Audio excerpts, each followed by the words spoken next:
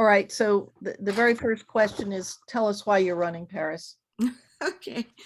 Well, I moved to Chapel Hill 23 years ago after my engagement and marriage to my husband. And I am running for Chapel Hill Town Council because I am committed to building communities that are steeped in environmental justice and honor the humanity of every individual and allows them to actualize their humanity to the fullest.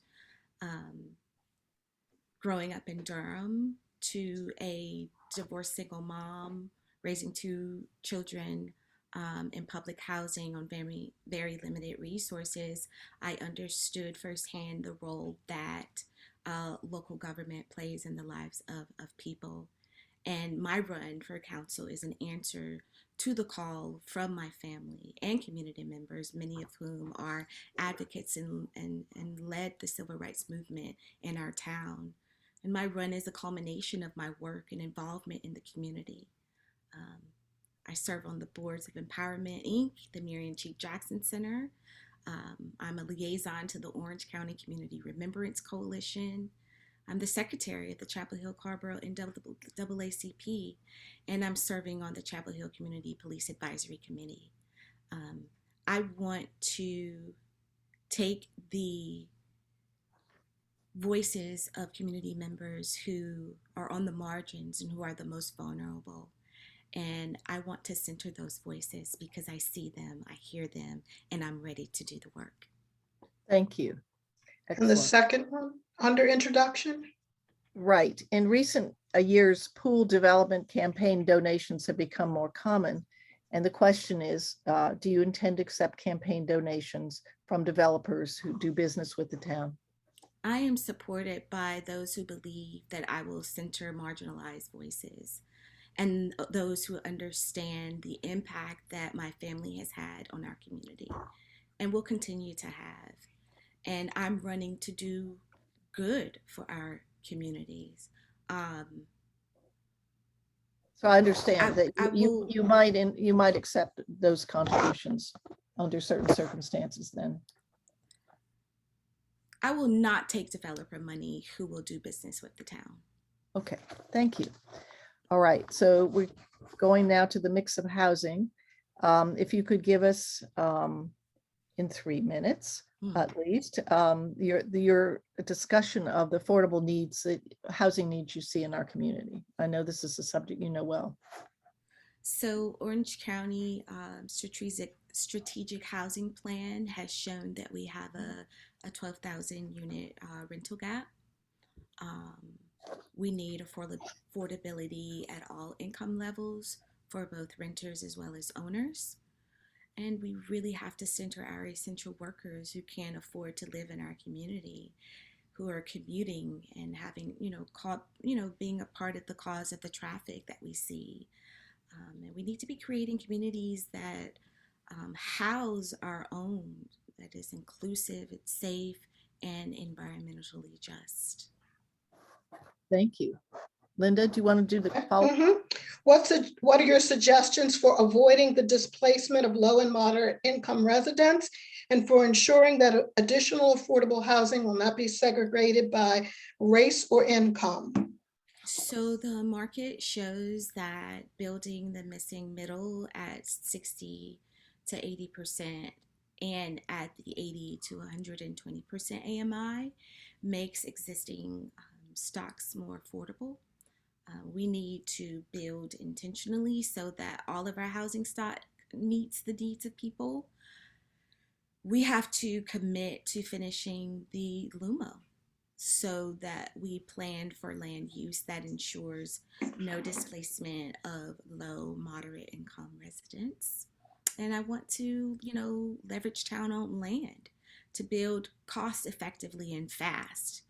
We have to apply a racial equity lens by leveraging the expertise of both the county and local nonprofits like Empowerment, of which I'm on the board, to ensure that our housing efforts are not segregated by race or income.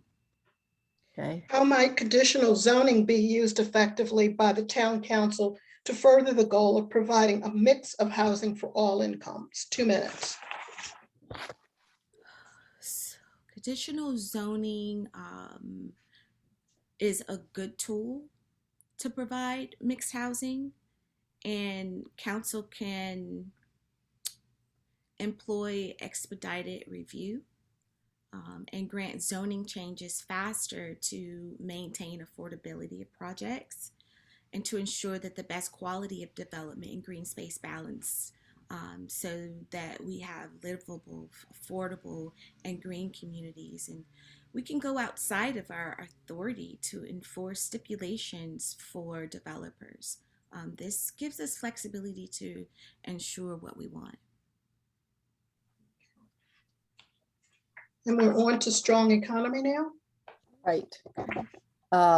So the question is, has the form-based code as implemented in Chapel's Blue Hill District strengthened our economy?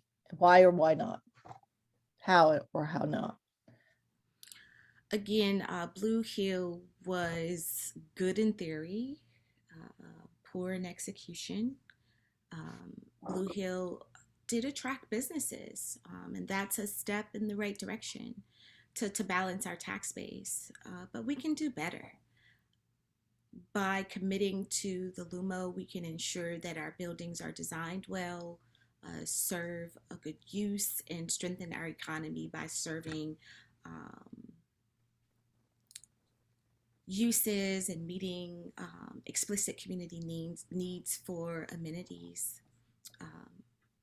We need a menu of community benefits, and we also need better stormwater protection that won't distract from economic benefits of development. Blue Hill is a lesson that comprehensive planning and stormwater mitigation is also a part of our economic development, and we could do better. Would you be willing to commit to try to improve the code as it stands now? Yes. Okay. All right, so let's see. There was a UNC Chapel Hill housing report that was presented to the town. What lessons do you think we can learn from that study? So I'm still reviewing that study, and we'll be reviewing it more and more, taking notes. We don't want to become the next Palo Alto. We want culturally inclusive communities, and being inclusive requires planning. We have to encourage the community to engage the community more effectively and thoroughly in their needs, and decide as a town what types of land use and design will help us achieve use. We need to look to, Northern Europe, as was stated in the report, and have a Northern Europe level of planning, like Stephen said. Plan, and plan some more with our needs of our residents in mind, and not just experts in mind. And we need to build amenities first and then housing. Do you have a quick question, I have a Charles? quick question.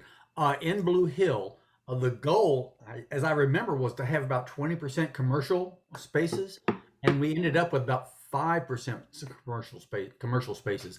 So, what are the businesses that it successfully attracted in Blue Hill? Could you repeat your question, please? I will try. In Blue Hill, the goal supposedly was to have about 20% commercial space development among the 100% of over the whole region.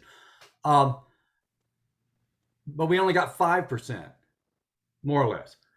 And so what are these businesses that you have mentioned that it successfully brought in?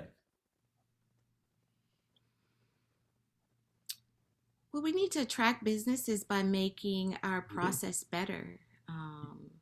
Restaurants, right now, all we have are just restaurants and bars. We need more experiential type businesses, like escape rooms, things that draw people to the area.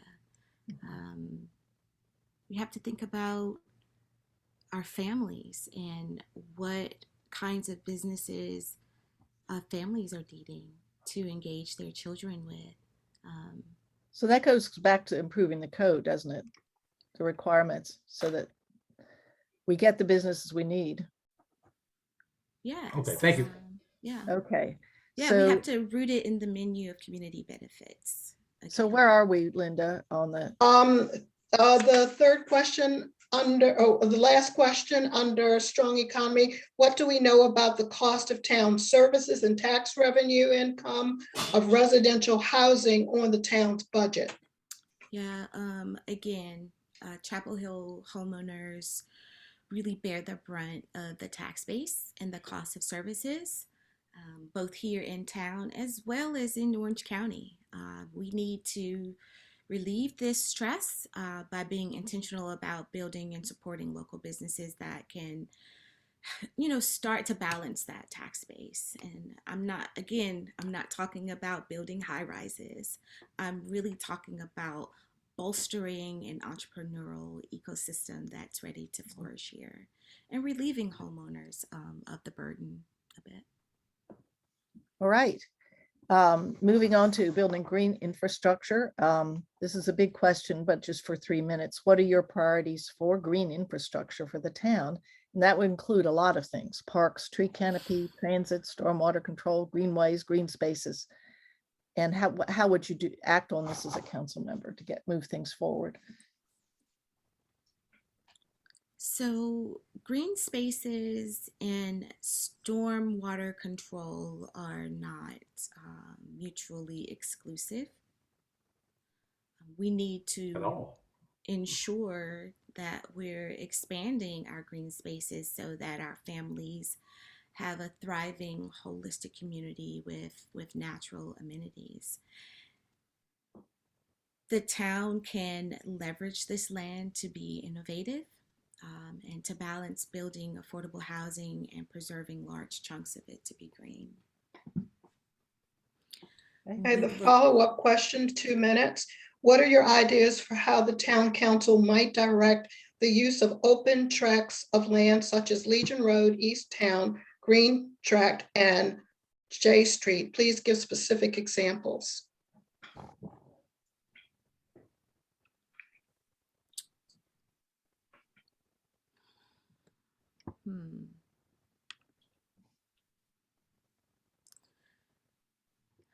So, looking at the Green Tract and J Street, again, this is town-owned land, and to balance building affordable housing and preserving large chunks of green space, again, we need to have a cohesive planning process that builds amenities, housing, and natural preservation of green space. And we have to make sure that we're getting the input of our community members that are addressing the needs that they want to see there. When I look at the resolution for the Green Tract, really using that land in a way that's laid out now, where we have a school, bringing a school into a community, building affordable housing, building, I was reading the mapping for our community's future, just simple things, people wanting to have kiosks for small business owners, a barbershop, homes for our elders. That's really a great opportunity to make sure that we're housing our elders, and also preserving our green space and not relegating, historically marginalized communities to live in green deserts, but really making sure that our planning is really steeping communities in green spaces is really important. How might the town's climate action plan be revised to address short-term achievable goals? Give an example. Mm-hmm. Again, I would start with our town-owned buildings and get them all LEED certified. looking at our transit and changing our fleet and moving our buses to electric. Those are two things that I feel are really accessible for us as a town. Okay. What pedestrian and bike improvements would you prioritize? Again, I love complete streets that make biking and pedestrian infrastructure safer and more complete. We need to look at Rosemary and Franklin connectivity right now. Right now, there are alleys that connect the two, and we can make those passings more safer, more vibrant. Again, looking at my community here at Northside, where we have beautiful amenities within the neighborhood where children and families and students are walking to, but due to the lack of development in infrastructure, there are opportunities of improvement, especially with our elementary school, that students are walking and biking to ensure that we have safety. And I And you think did mention sidewalks before. correct, and I think that it's important to prioritize marginalized communities when making these improvements with sidewalks for walking, accessibility, and biking. Okay. Excellent. All right. We're doing great here. So we're now to public engagement. The question though first is the town staff and the town council have had many outreach planning exercises, beginning with 2020 comprehensive plan, followed by the Central West plan, followed by the Ephesus Fordham plan, followed by the Obie Creek plan, etc. And so how would you be guided by these plans as you make land use decisions is the question. Yes, so I'm sorry, I have to plug in so I don't lose everybody. Get myself situated. Thank you Sorry for about doing that. so. Yeah. So the plans are the culmination of community input and engagement. And so I will use them to make my decisions because I really support community first planning, especially when it comes to combating gentrification. And you have Follow-up question. How will you handle citizens' requests and comments? What efforts will you make to increase public engagement, especially with marginalized communities, to meet the needs of residents? Again, community engagement is what I do. I'm a grassroots community advocate, and I'm constantly hearing the voices of community members, so their input naturally flows into my decision making. Again, the organizations that I'm a part of, the Jackson Center, Empowerment, CPAC, IFC, centering community voices is the cornerstone of the work that we do. Again, after the tragic murder of George Floyd, I led the efforts with CPAC to host community roundtable that included marginalized communities, elected officials, as well as community stakeholders and the campus community to discuss a way forward. I live in a marginalized community, so this is not new work for me. And the work that I do with IFC, I was a part of the planning for the Houses Now March, and we made sure that we centered the voices of those with the lived experience who would face housing insecurity. I believe that those most impacted by issues should lead with the solutions. Thank you. All right, so final question. Please give an example of a town council decision that you agreed with, and then also give an example of one you disagreed with. Thank you.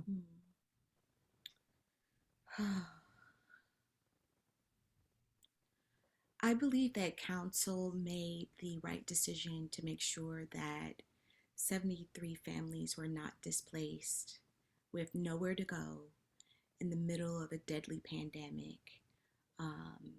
when it came to the 1200 MLK mobile home park. If we center the developers and we lose sight of the communities that are being impacted, by this form of gentrification, then we have lost our way. Nationwide mobile home parks are one of the largest sources of affordable housing. And with the climate crisis ramping up, beachfront homes are becoming a liability, and people are trying to move inland. And mobile homes are the new target. Investors see it as the most underutilized dollar by dollar plot of land. And we see communities with the least amount of resources who are the most vulnerable being displaced, and it's happening right here in our communities. And how could that have been avoided then? Because it was a terrible, wrenching decision. Yes, so when we look at Lakeview, council did not come up with a plan, and that left the gap for the MLK to happen. We also see Ridgewood, which is in Orange County, another mobile home park that was sold to a hedge fund despite the efforts of the community to stop that from happening. So the town had an opportunity to project mobile home parks years ago when Lakeview experienced a similar situation. So we can't wait for situations to get drastic to pay attention and plan for our residents. We need to, again, comprehensive planning that considers residents of all income levels and land uses that we need to thrive. And residents' lives should never be a gamble. Their success should be planned for. And then one town council decision that you disagreed with. And how you would have handled it. Thank you. I did not agree with the green track vote in July. I would have asked for the planners from the county and towns to do a joint presentation outlining all of the work that had been done, that highlighted the 9 months of community first planning efforts with the Jackson Center, mapping our community's future. That would have included the environmental assessment report that was commissioned by all 3 governmental bodies. It's an excellent report, that report, yes. Yeah, and I would have, agreed upon the resolution that both Orange County and Carborough voted on. This was an opportunity for the town to do the right thing. And it was a way forward in building new relationships with Black and Brown working class community members who had suffered under environmental racism for 3 decades. So Paris, I attended that meeting also, and my understanding was that the neighbors really were very much in support of Chapel Hill's position. So I think it's a pretty complicated subject, and I hope you'll talk to all the people on the town council and the mayor about their perspective on this. Thank you. So I can't believe how efficient we were. So thank you very much for in spite of everything. And I hope I get extra credit. I think you had a practice session, so it was great. It worked out. No, it really did. So thank you. Well. Thank you so much. We really appreciate it. And we're ahead of time. Thank you. Thank you, and have a great field trip to Crabtree, okay? Thank you, Yes, Paris. I have to go make bag lunches now. Oh, Paris, I just wanted to tell you, do you remember when the decision was made by the town to go along with the development that would take down the park apartments? Mm. And I think it was, 200 families were displaced. It was Schultz that advocated for helping those people in some kind of way, giving them money for moving and helping them find affordable housing. We were the ones that pushed the council to do that. Yeah. And that's one of the things that, kinds of things that Schultz does that somehow or another, nobody seems to know about. Thank you, Linda, for mentioning that. And Yeah. thank you so much, Paris, for attending this. It's great. Thank you. Great. Thank you all. Thanks. Enjoy. I think we're going to hopefully not have too hot of a day. So enjoy your day. Yes, Thank you you. too. Thank you again, Paris. Bye. Thank you. Bye, Palani.